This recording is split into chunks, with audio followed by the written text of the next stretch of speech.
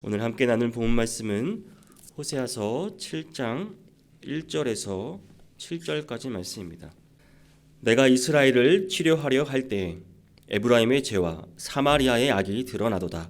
그들은 거짓을 행하며 안으로 들어가 도둑질하고 밖으로 떼지어 노략질하며 내가 모든 악을 기억하였음을 그들이 마음에 생각하지 아니하거니와 이제 그들의 행위가 그들을 에워싸고 내 얼굴 앞에 있도다. 그들이 그 악으로 왕을 그 거짓말로 지도자들을 기쁘게 하도다. 그들은 다 가늠하는 자라 과자 만드는 자에 의해 달궈진 화덕과 같도다. 그가 반죽을 뭉침으로 발효되기까지만 불 일으키기를 그칠 뿐이니라. 우리 왕의 날에 지도자들은 술의 뜨거움으로 병이 나며 왕은 오만한 자들과 더불어 악수하는도다. 그들이 가까이 올 때에 그들의 마음은 강교하여 화덕 같으니 그들의 분노는 밤새도록 자고 아침에 피우는 불꽃 같도다. 그들이 다 화덕같이 뜨거워져서 그 재판장들은 삼키며 그들의 왕들을 다 엎드려지게 하며 그들 중에는 내게 부르짖는 자가 하나도 없도다. 아멘. 네, 오늘 우리가 함께 나눌 본 말씀은 호세아 7장 1절에서 7절까지 말씀입니다. 이 말씀은 이제 북이스라엘의 죄악과 그로 인해 하나님의 탄식과 또 심판의 경고를 담고 있습니다. 북이스라엘은 하나님을 떠났습니다. 탐욕과 우상숭배, 거짓과 배신으로 가득 찬 삶을 살았습니다. 그러나 하나님은 그들의 죄를 지적하시면서도 여전히 그들이 언제나 돌아오기를 간절히 기다리고 계셨습니다.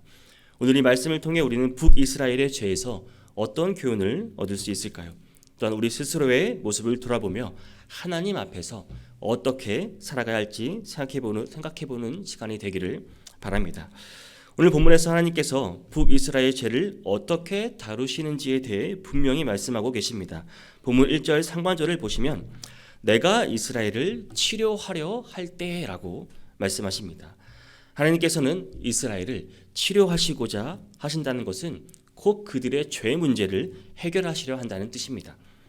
하나님께서 원하시는 것은 이스라엘이 죄에서 벗어나 거룩함을 회복하고 또 다시금 이제 하나님의 백성다운 삶을 사는 것, 그것이 하나님이 원하시는 것이었습니다. 그러나 이를 위해 반드시 선행되어야 하는 과정이 있습니다. 그것은 죄를 드러내고 인정하는 것입니다. 본문에서 하나님은 이스라엘의 죄를 드러내십니다. 1절 후반절 말씀을 보면 에브라임의 죄와 사마리아의 악이 드러나도다. 그들은 거짓말을 행하며 안으로 들어가 도둑질하고 밖으로 떼지어 노략질하며. 하나님께서 죄를 드러내시는 것은 이스라엘을 책망하시기 위한 것만이 아닙니다. 그것은 그들의 죄를 정확히 진단하고 치료하시기 위한 과정입니다. 마치 의사가 환자의 병을 치료하기 위해 그 병의 원인과 상태를 철저히 드러내는 것과 같은 원리입니다. 병의 상태를 감추고 넘어가면 결코 그 병이 치료될 수 없듯이 우리의 죄를 감추고 회피하면 우리 또한 영적 회복이 불가능하다는 말입니다.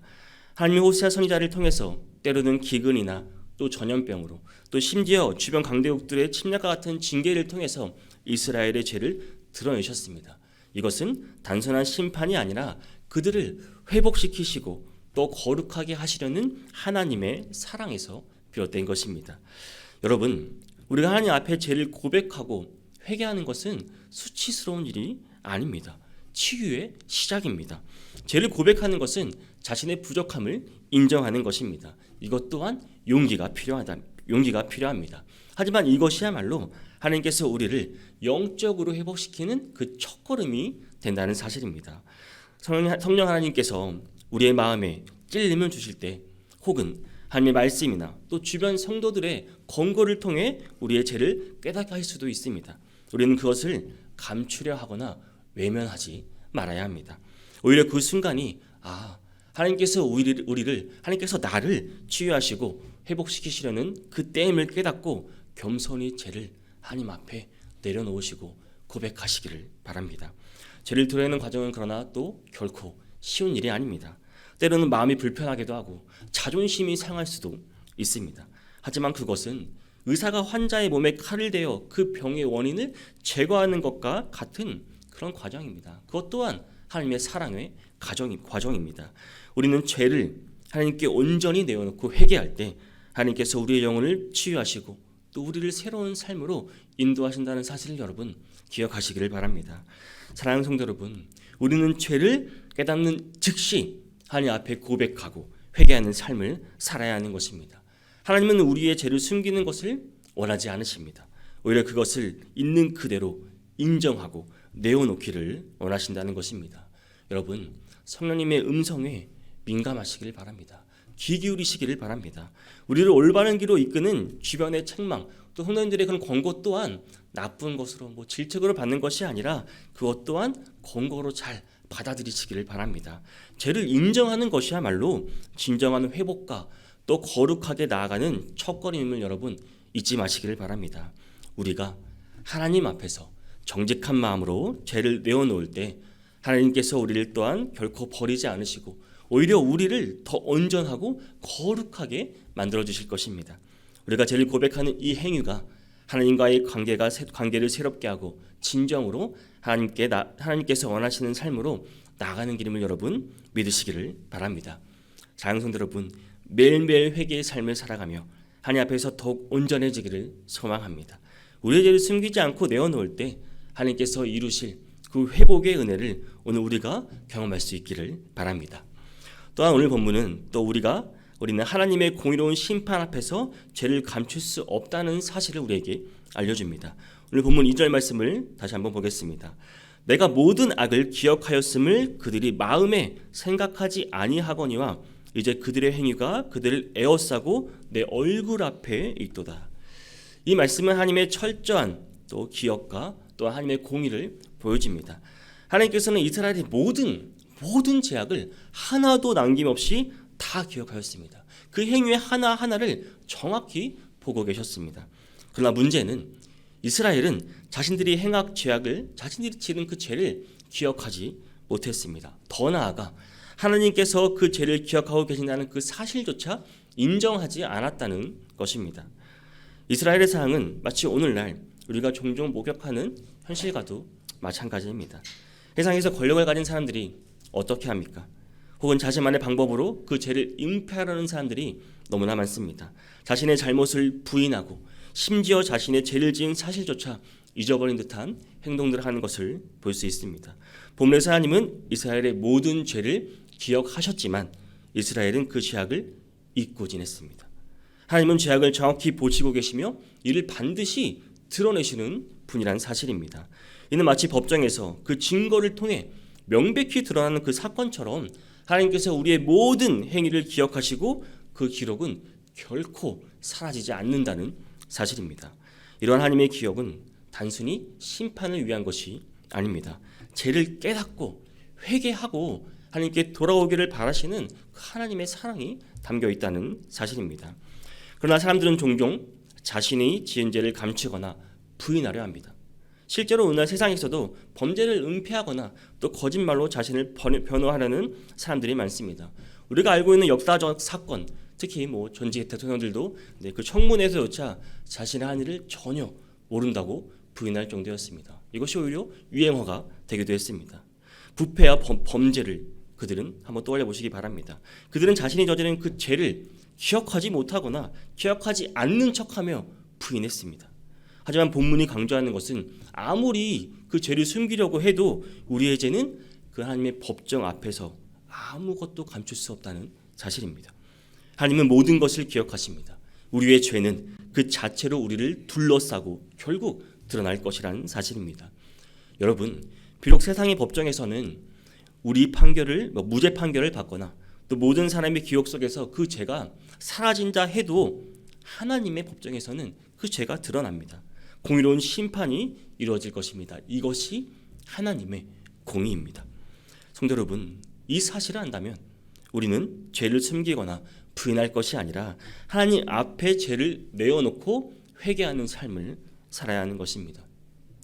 우리의 죄는 하나님께 드러날 수밖에 없습니다. 하나님의 심판에서 벗어날 방법은 없습니다. 그러나 하나님은 우리의 죄를 용서하시기를 원하시는 분이십니다. 하나님의 기억은 심판만을 위한 것이 아닙니다. 그것은 우리로 하여금 죄를 깨닫고 돌아오게 하려는 하나님의 사랑의 손길입니다. 그러면 우리의 죄를 감추려 하지 말고 여러분 하나님 앞에 고백하시기를 바랍니다. 회개하시기를 바랍니다. 우리의 죄를 기억하시고 그것을 드러내시는 하나님의 은혜를 두려움이 아니라 감사함으로 받아들이시기를 바랍니다. 하나님 앞에서 회개하는 자에게 하나님의 용서가 있고 또 새로운 생명이 약속되어 있습니다. 그러므로 우리의 죄를 하나님께 맡기고 하나님의 용서를 구하며 거룩한 삶으로 나가시는 모든 성도님 되시기를 간절히 소망합니다. 본문 3절을 보면 그들이 그 악으로 왕을 그 거짓말로 지도자들을 기쁘게 하도다라고 말씀합니다. 이 말씀은 이스라엘의 타락한 상황을 여실히 보여줍니다. 백성들은 자신의 악한 행위로 왕을 기쁘게 하고 또 거짓되고 아첨하는 말로 지도자들의 환심을 샀습니다. 이것은 단순한 말의 문제가 아닙니다. 그들의 그 부패한 마음, 그 행위에서 비롯된 것이라고 볼 수 있습니다. 본문에서 거짓말로 지도자들을 기쁘게 했다는 것은 아첨하고 또 뇌물이 오갔음을 우리에게 암시하고 있습니다. 백성들이 왕과 지도자들에게 아첨하며 뇌물을 바친 이유가 무엇입니까? 자신의 이익을 위해 또 더 많은 혜택을 받고 불이한 방법으로 그 이득을 챙기기 위한 그 마음에서 비롯된 것입니다. 이처럼 지도자가 아첨과 뇌물을 받아들이는 순간 그 공동체는 여러분 무너지는 것입니다. 진실성이 없고 공의로움을 잃고 병들게 되는 것입니다. 지도자가 불의를 용납하고 또 거짓말과 뇌물을 받아들이는데 어찌 그 나라가 멀쩡하게 돌아가겠습니까? 결국 그 공동체의 도덕적 기초가 무너지고 마는 것입니다. 이것은 비단 여러분 이스라엘만의 문제가 아닙니다. 오늘날 우리가 살아가는 이 사회에서도 반복되는 현실입니다. 성경은 뇌물과 아첨이 오가는 위험성을 명확히 경고합니다. 출애굽기 23장 8절은 이렇게 말씀합니다. 너는 뇌물을 받지 말라. 뇌물은 밝은 자의 눈을 어둡게 하고 의로운 자의 말을 굽게 하느니라. 뇌물은 사람의 눈과 마음을 어둡게 합니다. 진리를 분별하지 못하게 하고 의로운 길을 따르지 못하게 만듭니다. 결국 뇌물의 팔을 치는 이런 공동체는 정직을 잃고 신뢰를 잃고 거짓과 부패가 만연할 수밖에 없게 됩니다. 이런 공동체는 결국 병들어갈 수밖에 없는 것입니다. 우리가 살아가는 사회에서도 이와 비슷한 모습을 많이 볼 수 있습니다. 부정부패, 불법적인 이권을 위한 거래가 오가고 그리고 권력자들 사이에 검은 돈을 오가고 있습니다. 결국 사회 전체를 병들게 하고 공동체의 신뢰, 우리가 여러분 나라를 많이 믿고 있습니까? 정치자들을 믿고 있습니까? 그렇지 못한 사회에서 우리 또한 살고 있다는 현실입니다. 사랑하는 성도 여러분, 이러한 세상 속에서 우리는 그렇다면 어떻게 살아가야 하겠습니까? 하나님을 섬기는 백성으로서 우리는 이 세상에 여러분 빛과 소금이 되어야 하는 것입니다. 우리는 적어도 우리가 서 있는 그 자리에서부터 깨끗하시기를 바랍니다. 정직한 삶을 나 먼저 스스로 살아가시기를 바랍니다. 불의한 이익을 탐하지 말고 우리의 땀과 노력을 통해 얻은 정직한 그 결실을 소중히 열매를 맺으면서 살아가시기를 바랍니다. 또한 거짓된 말과 아첨을 경계하시고 진실하고 바른 말을 통해 하나님의 나라, 하나님의 공의를 세워가시기를 바랍니다. 성도 여러분, 우리가 서 있는 자리에서 이것을 실천하지 못한다면 누가 그 역할을 감당할 수 있겠습니까? 하나님께서는 우리를 통해 이 세상의 소망이 퍼지기를 원하십니다. 우리가 정직과 또 진실로 살아갈 때 그 모습을 통해 세상이 변화되기를 원하시는 것입니다. 하나님의 나라가 확장되기를 원하시는 것입니다. 사랑하는 성도 여러분, 아첨과 뇌물이 판치는 세상 속에서도 하나님의 백성다운 또 정직하고 깨끗한 삶을 살아가시기를 바랍니다. 우리가 먼저 나부터 우리 삶이 본이 되기를 원합니다. 그럴 때 이 세상은 다시금 소망과 가치를 회복할 수 있을 것입니다. 나부터 실천하며 하나님의 빛을 비추는 삶을 살아가시기를 바랍니다. 오늘 본문 호세아 7장 4절부터 7절 말씀은 이제 하나님을 떠난 인간이 얼마나 쉽게 또 죄악으로 치우칠 수 있는지를 생생하게 보여줍니다. 이 말씀은 단순히 북이스라엘 상태만이 아닙니다. 하나님을 떠난 모든 인간의 본성을 드러내고 있습니다. 본문 4절은 이렇게 말씀합니다.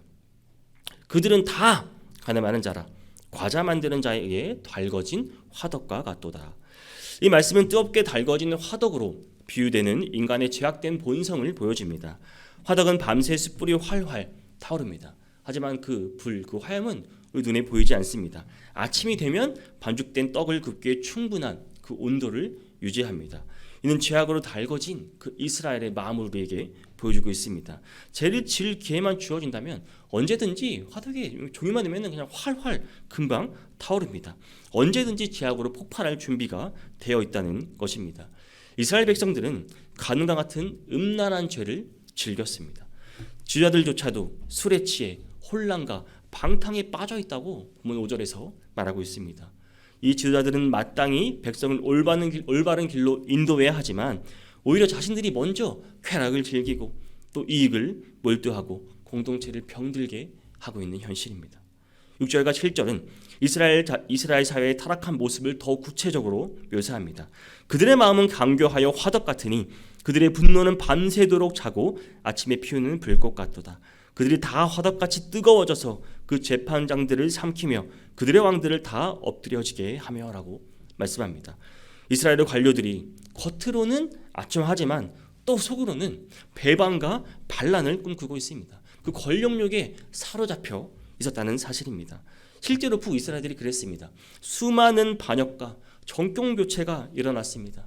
또 그 투타를 일으켜서 그 전 왕을 죽이고 또 왕을 죽고 이렇게 계속 왕이 수없이 교체되는 그런 혼란 속에서 이런 북이스라엘은 완전히 무너지고 있었습니다. 음란과 방탕, 반역과 폭력이 난무하는 사회는 여러분 하나님을 떠난 결과입니다. 그들은 하나님과의 관계를 끊고 자기 욕망과 정욕을 따라 살았기에 결국 소망 없는 사회로 전락하고 만 것입니다. 이 모든 비극의 원인이 무엇일까요?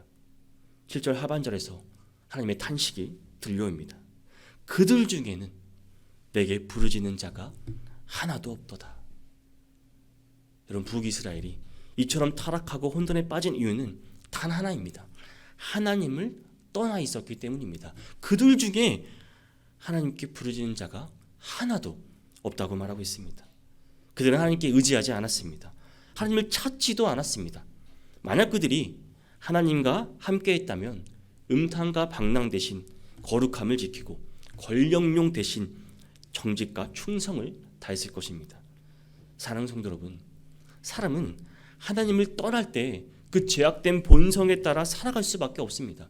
우리의 마음은 마치 이 본문에 나오는 뜨겁게 달궈진 화덕과 같아 죄악의 그 기회만 주어진다면 언제든지 우리는 저욕할 수 있고 방탕에 빠질 수 있고 폐악의 길로 멸망의 길로 치우칠 수 있다는 사실입니다.